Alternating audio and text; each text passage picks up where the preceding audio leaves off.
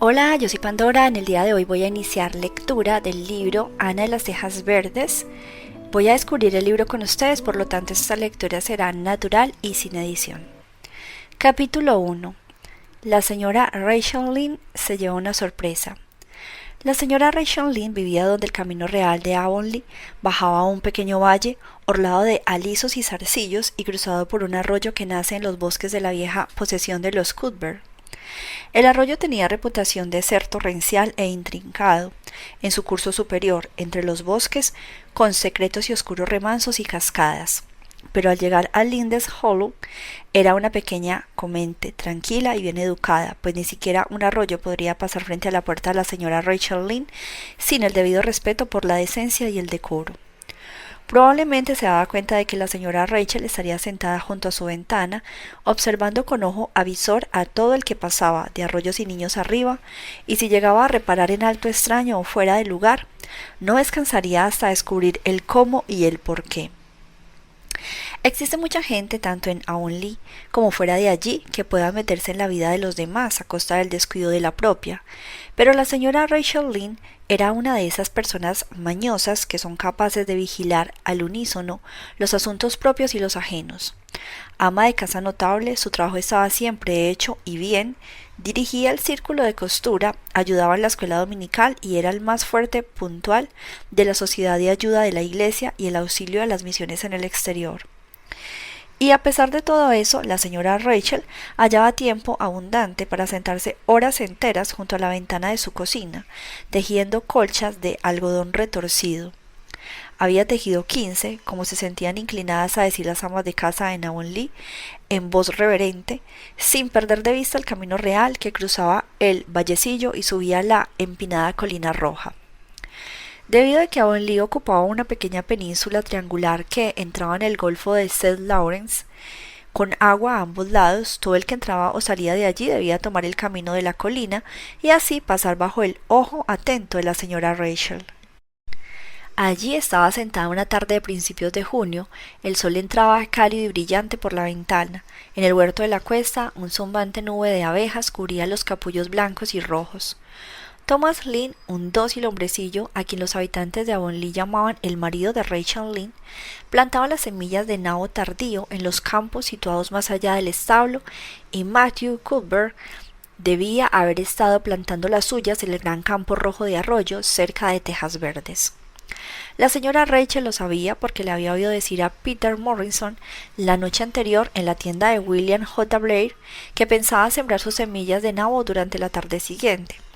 Peter se lo había preguntado, desde luego, pues no había noticias de Matthew Cuthbert, hubiese dado en su vida voluntariamente información alguna.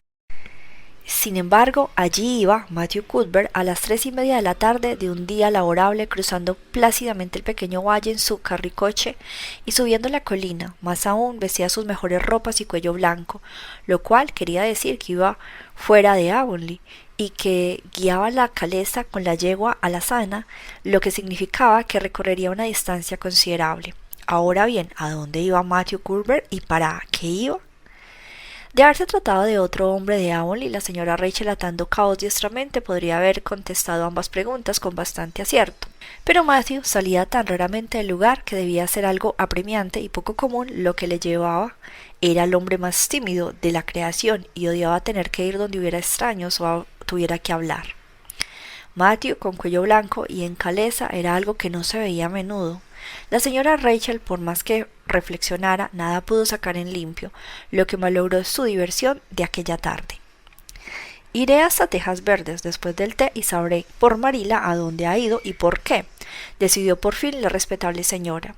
Normalmente no va al pueblo en esta época del año y nunca hace visitas. Si se hubiera quedado sin semillas de nabo, no se habría vestido ni cogido la caleza para ir a buscar más.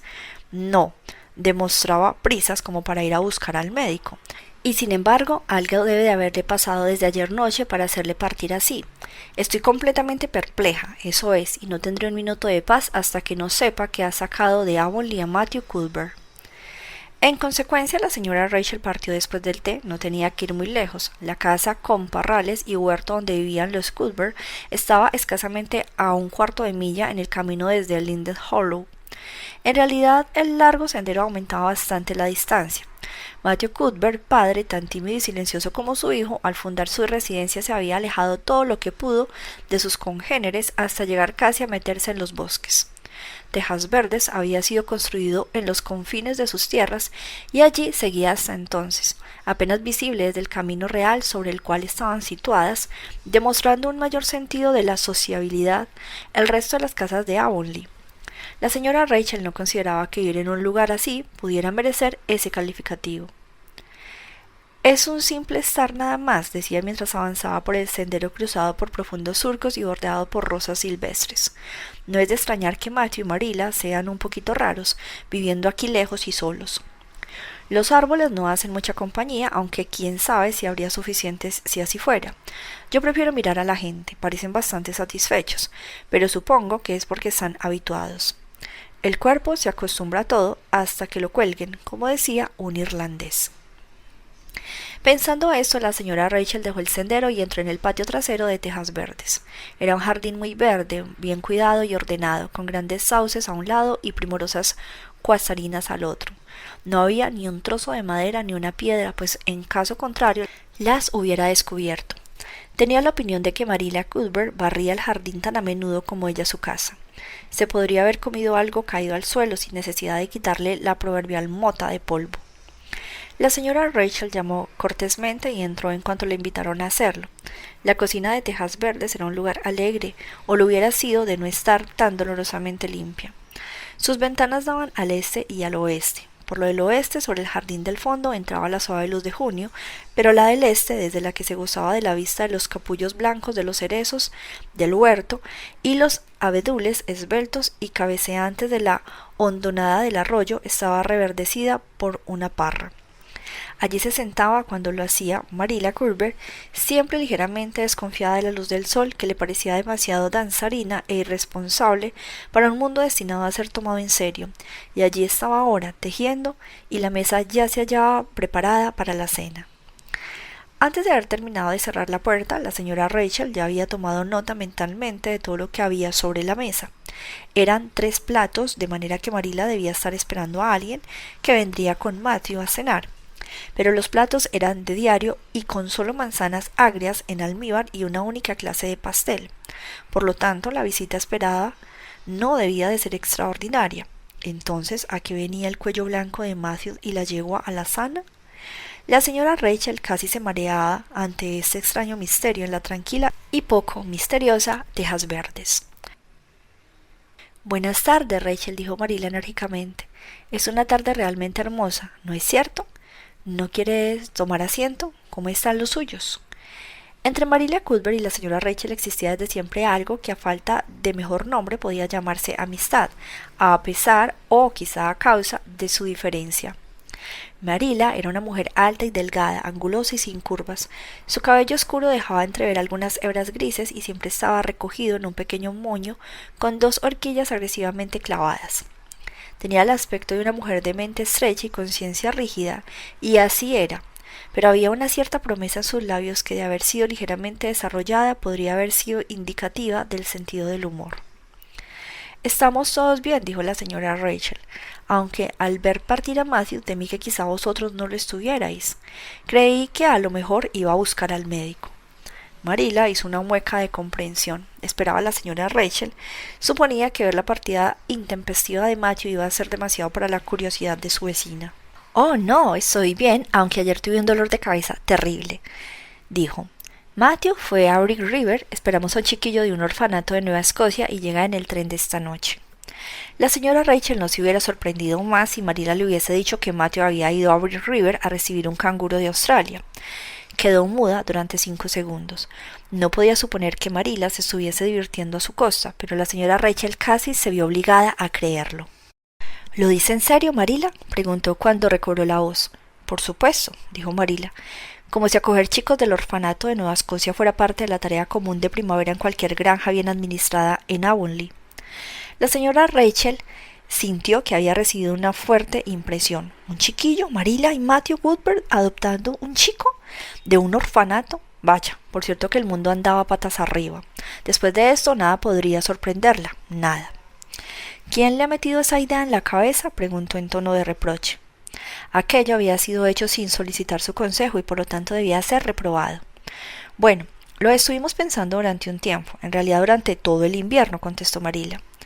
La señora de Alexander Spencer vino por aquí un día antes de Navidad y dijo que le iban a enviar a una niña al orfanato de Hoptown en primavera. Su prima vive allí y la señora Spencer la ha visitado y sabe cómo funciona. De manera que Matthew y yo hemos estado hablando sobre esto desde entonces. Pensamos acoger un chico. Matthew está entrado en años, tiene 60 y sabe usted, y ya no es tan activo como antes. Su corazón le molesta bastante, y ya sabe lo difícil que es encontrar buenos trabajadores. No se puede obtener nada aparte de esos estúpidos muchachos franceses a medio desarrollar, y en cuanto se ha conseguido que uno de ellos se acostumbre a nuestra manera de ser y se le ha enseñado algo, parte hacia las fábricas de conservas de langostas o hacia los Estados Unidos. Al principio Matthew pensó en un muchacho de Inglaterra, pero le dije directamente que no. Puede que estén muy bien, no digo que no, pero no quiero vagabundos londinenses, le dije. Tráeme por lo menos un nativo de estos lugares. Habría un riesgo, no importa a quién consigamos, pero me sentiré más tranquila y dormiré mejor si conseguimos un canadiense. De manera que al fin decidimos pedir a la señora Spencer que nos eligiera uno cuando fuera a buscar a su niña. La semana pasada supimos que iría y le mandamos decir por los parientes de Richard Spencer en Carmody que nos trajera un muchacho inteligente y bien parecido de unos 10 u 11 años. Decidimos que esa sería la mejor edad, lo suficientemente mayor como para que preste ayuda en las tareas domésticas y lo suficientemente pequeño como para que se le pueda enseñar en la debida forma. Pensamos darle un buen hogar y educación. Hoy el cartero trajo de la estación un telegrama de la señora de Alexander Spencer diciendo que venía esta tarde en el tren de las 5:30, de manera que Matthew fue a Brick River a buscarlo. La señora Spencer lo dejaría en la estación, ella va a Whit Sands. La señora Rachel se preciaba de decir siempre lo que pensaba. Procedió a hacerlo ahora, habiendo ajustado su actitud mental ante estas noticias sorprendentes. Bien, Marilla, le diré claramente que pienso que está cometiendo un terrible error, una cosa arriesgada, eso es. No sabe usted lo que recibe. Trae a su casa y a su hogar un niño extraño y no sabe nada sobre él, ni qué carácter tiene, ni qué padres tuvo, ni qué clase de persona resultará. Fíjese que solo la semana pasada leí en el periódico que una pareja del oeste de la isla había adoptado a un niño de un orfanato y éste pegó fuego a la casa la primera noche adrede, Marilla, y casi los convirtió en cenizas cuando dormían. Y sé de otro caso de un muchacho adoptivo que acostumbraba a sorber huevos y no pudieron conseguir que dejara de hacerlo. Si me hubieran pedido consejos sobre el asunto, les habría dicho que hicieran el favor de no pensar en tal cosa. Eso es. Este consuelo de Hope no pareció ni alarmar ni ofender a Marilla, que siguió tejiendo tranquilamente. No niego que hay algo de verdad en lo que dice Rachel. Yo misma he tenido algunos escrúpulos de conciencia, pero Matthew está firmemente decidido, de manera que cedí. Es tan raro que Matthew se empecine en algo que cuando lo hace siempre siento que es mi deber ceder. Y en lo que se refiere al riesgo, lo hay en casi todo lo que uno hace en este mundo. Hay riesgos en los niños propios, si llega el caso, no siempre resultan buenos, y además Nueva Escocia está cerca de la isla, no es como si viniera de Inglaterra o de los Estados Unidos, no puede ser muy distinto de nosotros. Bueno, espero que resulte bueno, dijo la señora Rachel, con un tono que indicaba claramente sus dudas. Pero no diga que no lo previne si quema tejas verdes o echa estrictina en el pozo. Supe de un caso de Nueva Brunswick, donde uno del orfanato hizo eso y toda la familia murió presa de horribles sufrimientos, solo en ese caso que era una niña. Bueno, no tendremos una niña, dijo Marilla, como si el envenenar los pozos fuera una tarea femenina y no hubiera nada que temer a ese respecto en el caso de un muchacho. Ni soñaría en traer una niña para criarla. Me sorprende que la señora Alexander Spencer lo haga, pero ella no dudaría en adoptar todo el orfanato si se lo propusiera. A la señora Rachel le hubiera gustado quedarse hasta que Matthew volviera a casa con su huérfano importado. Pero reflexionando que pasaría 2 buenas horas hasta que llegara, decidió ir al Robert Bell y contarle la novedad. Por cierto que causaría una primerísima sensación y a la señora Rachel le gustaba enormemente provocarlas. De manera que partió para tranquilidad de Marilla, pues ésta sentía revivir sus dudas y temores bajo la influencia del pesimismo de la señora Rachel. Por todos los santos del cielo, exclamó la señora Rachel, cuando estuvo a salvo en el sendero. Parece como si estuviera soñando. Lo siento por ese joven y no me equivoco. Matthew y Marilla no saben nada de niños y esperan que él sea más inteligente y juicioso que su abuelo, si es que alguna vez lo tuvo, cosa que es dudosa. Es espantoso imaginar un niño en tejas verdes. Nunca hubo uno allí, pues Mateo y Marila ya eran mayores cuando se construyó la nueva casa, si es que alguna vez fueron niños, cosa que es difícil de creer cuando se los mira. No quisiera por nada hallarme en el lugar del huérfano, lo compadezco, así es. Eso dijo la señora Rachel a las rosas silvestres de todo corazón, pero si hubiera podido ver a la criatura que esperaba pacientemente en la estación de Big River, en ese mismo momento su piedad hubiera sido aún más profunda. Página 7.